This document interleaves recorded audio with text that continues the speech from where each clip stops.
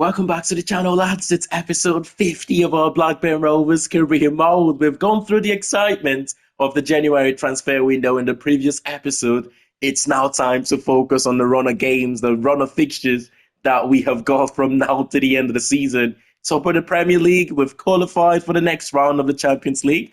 Finishing in the top 8, we're still in the FA Cup with our next game being at home to Wrexham, which it should be comfortable for us on paper, but that is the magic of this competition, isn't it? Chelsea there against Brighton, the finals of the Carabao Cup. That should be a good game as well. But I believe in this episode we have got games against Tottenham, Liverpool, and maybe West Ham as well in this episode. All three of those teams, I believe, in the top half of the Premier League right now. West Ham being third in the Premier League, Liverpool somewhere around 6th or 7th, I believe. But I've sorted out the team for this game against. Normally, I would sim this sort of game against Wrexham, but you know what? This episode, we have played all of the games, I believe, and I want to keep that going. Not a bad start at 11 there, is it? Even though I've completely rotated every single player in that team. Going into an FA Cup like this against a team like Wrexham, Premier League side against probably a League One or League Two side, it makes you ask yourself, what is the biggest upset you have seen in FA Cup history? I mean, mine is Chelsea against Bradford, 2015. I never forget that game. Bearing in mind that Jose Mourinho at Stamford Bridge, this is a man that only lost a handful of games in his time at Stamford Bridge.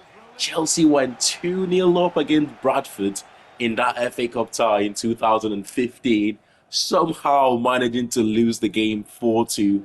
Flurry of goals from, I think John Stead scored in that game, and Felipe Moraes, Andy Halliday, Mark Yates. Oh my God, what a game. A Premier League side against a League One side at the time. Chelsea going 2-0 up as well at Stamford Bridge. Oh wow, that's it. That's the first one, and it's Ethan Carney, record from loan against from Fulham. Tried to loan him out in the January transfer window, but could not loan him out. He scored his first goal for us. Look at this for the pass out. Look at that for the pass from Harry Leonard. The finish even better, man. But yeah, going back to that game. Oh wow, what a cup tie it was though. For a team like Chelsea, especially a Jose Mourinho side, I keep on pointing that out because it's all about the details. You could say it's all about the details, isn't it? A Mourinho team going 2-0 up against any team, you would consider it game over. But against a League One side who somehow managed to score 4 goals to win the game, it's incredible. These are asking the questions right now. It's a corner. Archie Crawford, I'll be surprised if he doesn't get a goal or an assist in this game. Oh, talking about an assist, he almost got one there. A big save from the goalkeeper. Come on, let's press this forward. Let's try and get that one more goal just so we can safely say it's game over at 2-0. You would think so anyway. But out wide to Ethan Carney. Space to drive forward. Little pass to Leonard. Leonard would turn to his right foot. He's opened up the space for himself. It's Harry Leonard, a goal and an assist. Whilst he doesn't start too many Premier League games these days, these cup games like this, he's the man for the moment to score goals like this for us in the cup competitions. Oh, you'll be so disappointed if we go on to lose this game. That might be a sending off. That might be a sending off. He got sent off against Real Madrid also, I can remember, in the Super Cup earlier on this season. It's John Buckley. It is a John Buckley sending off. I thought for a second there that was Ethan Carney who was sent off. But yeah, John Buckley again, one of those players that don't play too many games, so it's not going to affect us too much. As Nene Dogelis makes it 3 there, but it's not going to affect us too much. He's not going to play the next Premier League game anyway, so it doesn't make much difference, that red card. But we somehow went on to score one more goal even with a player sent off. It's all about keeping the clean sheet here. It's all about keeping the clean sheet. Foul 1-on-1. Oh, what a miss for Wrexham. He should be scoring that, man. That is such a disappointing miss. That would have been A big goal for them scoring against a Premier League side. A big goal for the player as well. But what a miss. We'll progress to the next round. News for Ryan Flamingo. He's going to be out for the next 4 weeks with a sprained, it's not a sprained knee. Yeah, it is a sprained knee. Not as bad as I first thought. I thought it was going to be one of those broken toe injuries, but it is what it is. We can cope without him, certainly for the next 4 weeks. We've got Carter, who's the other centre-back that we have got that we can rotate with. But up next is Bristol City. I will sort out the team pretty quickly here. Actually, I think I've already sorted out the team going into this game. It's back to our first 11. Larson makes his debut here, Hugo Larson, our record signing from Frankfurt. Let's see how he performs at home against a Bristol City side that you would expect us to get a result here.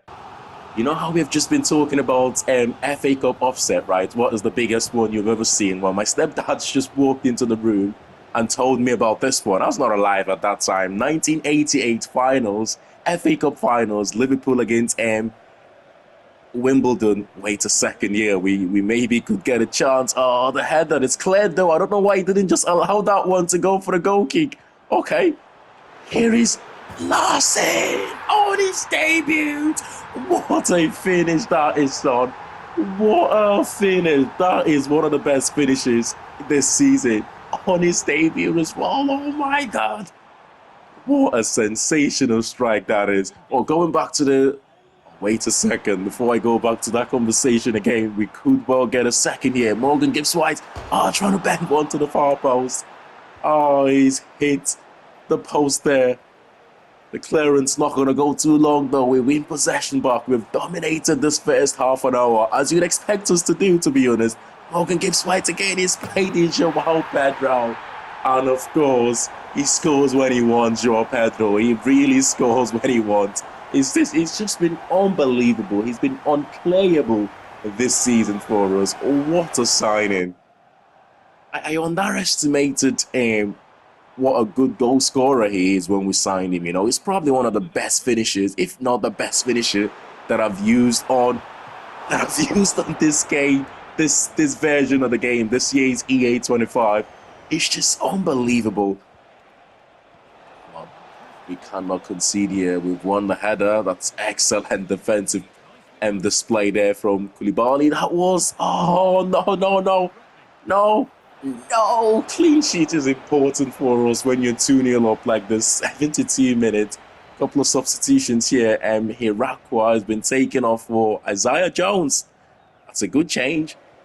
Oh yeah, talking back, I almost forgot about the game against Wimbledon. Liverpool lost that game 1-0, by the way.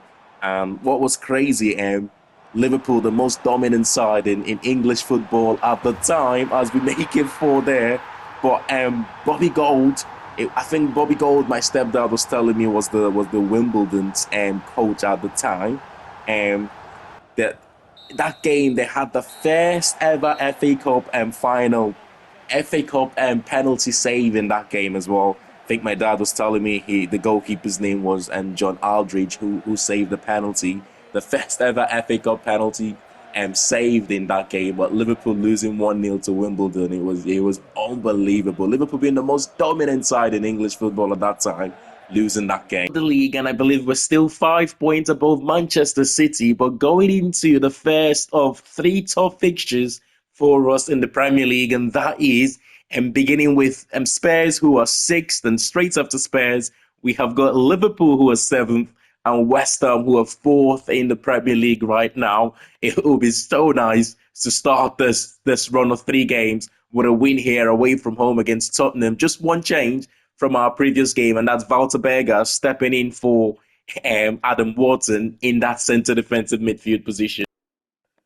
It's back-to-back victories for us so far in this episode. One against Wrexham in the FA Cup, the other against Bristol City, 4-0 victory there for us. Routine victories, to be honest. You'd expect us to win those games. 26 goals so far for Joao Pedro, by the way. Competition record is Haaland's 36 goals in the 22-23 season, I want to say. His first season in the Premier League. And he's got 11 goals to score to beat that record with so many games to play. I wouldn't be surprised if he breaks that record this season. He's been sensational for us But that is a very good Tottenham starting 11 there. Christian Pulisic is in that team. They've got Dubvik up front as well. It's a good team. Bissouma in midfield as well. They've got the pace of the centre back. What's his name? The pacey Van der Veen at the back for them. Well, they've started the first half going on the attack from the left-hand side, cross to the far post. It's a first-time effort from Pulisic, not far wide off the left-hand side. Oh, what an attempt that was for Tottenham about 4 or 5 minutes into the game. They're still asking the questions here right now. No, wait, what a save. Oh, he's managed to push it away from the danger. That's what you want to see from goalkeepers when they make saves like that. You want them to push it away from the danger area. That is very important to avoid the attacking players coming in to tap the ball home easy. But Joao Pedro, trying to go over the top there. Took a little bit of a deflection, but we still retain possession. We need runners in front of us, man. Zanotti should have been making that run in front, but he did not. You know what's crazy, though? We were so focused on talking about the Wimbledon game. Liverpool win Wimbledon. Good, excellent defending there, Koulibaly. We have missed him, haven't we, when he's been injured. There's Morgan Gibbs-White, intercepted. First time pass to Solomon. Solomon now to Dubvik. Solomon has made the run, but Dubvik's gone for Pulisic. Instead, Pulisic now to Solomon. He's trying to sweat it. What a goal that would have been. Tiki-taka from Spurs. Come on. We haven't been in this game at all, I'm surprised it's still 0-0. I'm really, really surprised it's still 0-0. Tottenham could have scored at least a goal in this game. Cross to the far post, the header back into the box. The goalkeeper punches away. Only to Lund Hansen. Joao Pedro, we need runners, come on. That is awful pass from Pedro, man. Koulibaly's done well to keep hold of possession, nice and strong from the centre-back. Back to him again. We want to try and build out from the back when we can. And this is what happens when you do that successfully. You open space in front of you. The reward, honestly, is so much greater than the risk when you lose possession. This is what I'm talking about. Play around from the back comfortably, invite the pressure, and as soon as you beat that pressure, you find yourself with the Tottenham's back line going, just keep on pushing backwards. It's just the reward is so much greater than the risk, man. I'd advise anyone, if you're comfortable doing it, always play out from the back from this game. Who could make a second? Yeah, he's just offside. I mean, as soon as, especially for a team like Tottenham that plays that high line, as soon as you beat that press initially, you have got the whole team, the whole centre-back just on the halfway line, and as soon as they start backpedaling, you just need that one pacey attacking players like Joao Pedro did there to make the run. Oh, what a cross that was. But he was offside. It wasn't going to count if he'd scored from that. But look at that for the first time cross. It was way offside, though. I don't know why he was that much in an offside position, but it is what it is. And we secure our third victory of the episode. 3 clean sheets in a row, by the way. 3 clean sheets in a row. This was a big one for us because Tottenham are a tough opponent. So it's just the one change from the Tottenham game then, and that is Adam Wharton replacing Walter Berger in that centre defensive midfield position. I did say, though, when he gets to this stage of the season, you don't want to be making too many changes to your starting 11. Yeah, you can afford to do that in the cup games when you face the League One or League Two opponents, or maybe Championship opponents. But other than that, you don't want to be doing it too much. We have kept 3 clean sheets in a row in this episode. It will be strange if we can manage to keep 4 clean sheets here, especially against Liverpool. But one thing I've noticed in this game is once you're in a row of winning games, or once you're in a row of positive results, keeping clean sheets, it does sort of make it easier for you. Oh, that's a yellow card for Zanotti, maybe a red, but the fact that the referees played an advantage makes me think it's only going to come back for a yellow card there. at a later stage of this game. But that is an awful tackle to begin the game, isn't it? But yeah, I don't know if it's something that I've been. I don't know if it's your own conscious morale. When you're winning games, you're in a good position. You're not panicking about anything. Or I don't know if it's something that I've been inbuilt into the game, where as soon as you start winning games and keeping clean sheets, the game just feels a little bit easier. Lund Hansen coming close to getting an assist there. Zanotti, that's the yellow card that we're talking about, on that awful tackle on Chiesa. I wouldn't have been surprised if the game was stopped there and he was given a red card. But Federico Chiesa, who doesn't play too many games for Liverpool in real life, by the way, what an awful signing that was. I honestly thought he would have made more of an impact playing in that Liverpool, or at least playing a little bit more. Talking about impact, you have to play games to make an impact. I thought he would have played a little bit more, but injuries. How much did we sign him for? About £15 million. Good save there from Dashvili in goal. Is it Dashvili still for Liverpool? I'm not sure now. I don't think I checked who was Liverpool's goalkeeper at the start, but I'm interested to see what happens. One of the crazy things about recording whilst you're playing is sometimes you are talking about something and something happens like this. You know what I mean? Sometimes you're so focused on talking about one thing, and then you have to stay focused, because either you're going to create a chance, or your opponent, in this case Liverpool, are going to create a chance, and you just lose that trail of thought, and then you can't remember what you were talking about previously. But we're getting battered in the second half, man, by the away team here. We're getting absolutely battered as Elliott's been taken off there. Is it Jota who is replacing him? It looks like it's Brian Brobby replacing him there. They've gone all attack here, it looks like, but substitution of our own. I've had to take Zanotti off. Chiesa is causing some absolute mayhem from that left-hand side at the moment. And the last thing we want in a close game like this is to get him on sent off. Yeah, it's Larson who's had a quiet game. What a terrific signing for us in the January transfer window, by the way. I haven't really had the chance to talk about him that much. I tried to do so in our last game, but then again, I lost that train of thought at the time that I was going to talk about him. He's been really, really good. He's got the work rate of Diomande. Well, not as good as Diomande, but I think he might be better going forward than Diomande, actually. Oh no, that's not a place to give possession away. 89 minutes into the game. Oh my God, what an opportunity. Malik Chua just done enough there though to sort of block the defender and the goalkeeper, or block the attacking player, allowing the goalkeeper to come out to collect that one. But it's 4 clean sheets in a row. I will take a 0-0 against Liverpool anytime, any day of the season. Doesn't matter how well we're doing. I'll take a 0-0 against this team. Good results in my opinion. We have got a round of 16 FA Cup tie here against Crystal Palace, a much tougher opponent compared to our previous tie against Wrexham. Back to the FA Cup game. Again, let's talk about some of the other FA Cup upset that you have seen. Let me know in the comment, by the way, what is the biggest FA Cup upset, whether that's for the team you support or any games you've watched or games that you have heard about.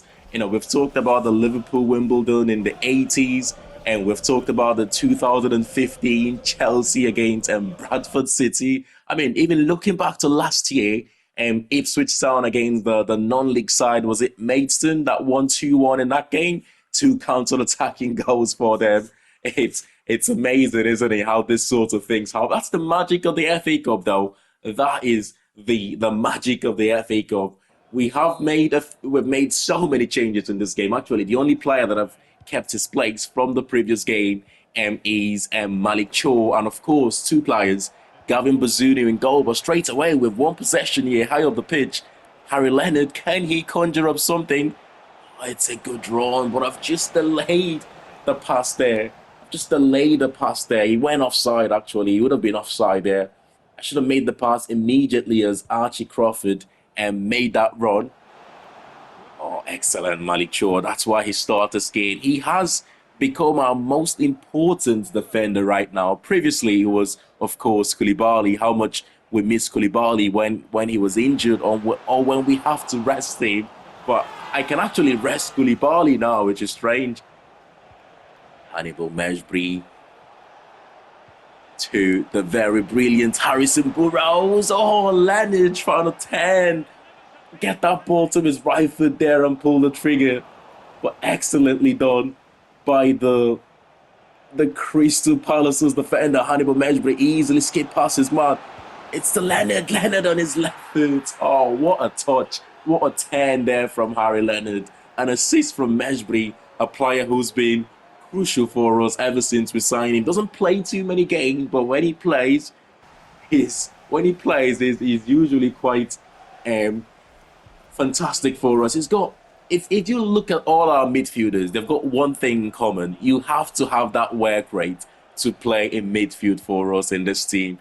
And Hannibal Mejbri is certainly got that work rate.